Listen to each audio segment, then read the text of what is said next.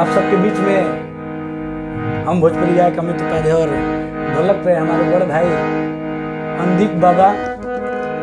Andeep films खातिर कुछ गाना रिकॉर्ड हो रहा है आज, क्योंकि बहुत जल्द यूट्यूब पर देखे को मिली। कैसे बा भाव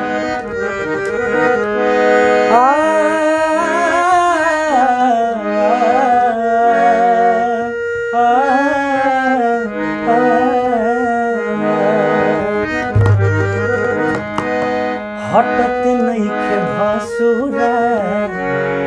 दुअरिए पठारुबा, हटत नइखे भसुरा दुअरिए पठारुबा, लागत बीमार बा, लागत बीमार बा,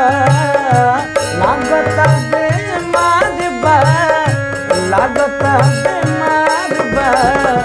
लागत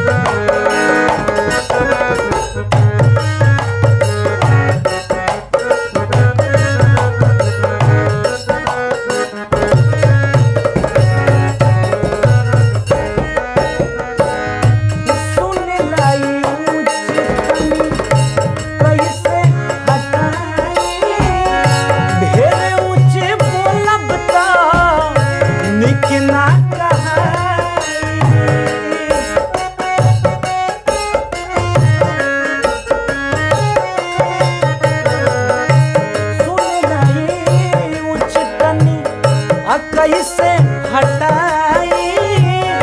ढेरा ऊंचा बोलब ता निक ना कहाई,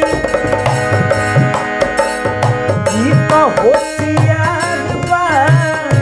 ना तो कैले राड बा, ई तो होशियार बा ना तो कैले राड बा, नहीं तो बेजार बा।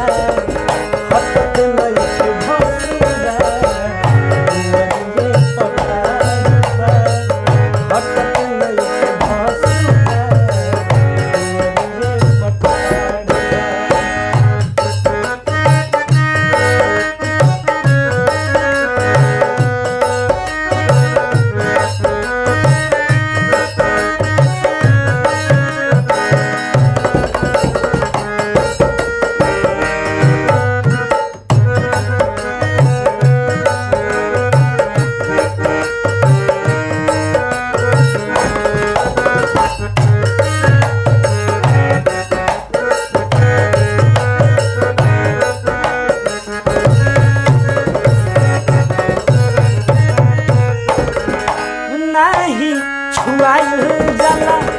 भसुरा से जानिला, कुला रीति घर परिवार के हो गइला,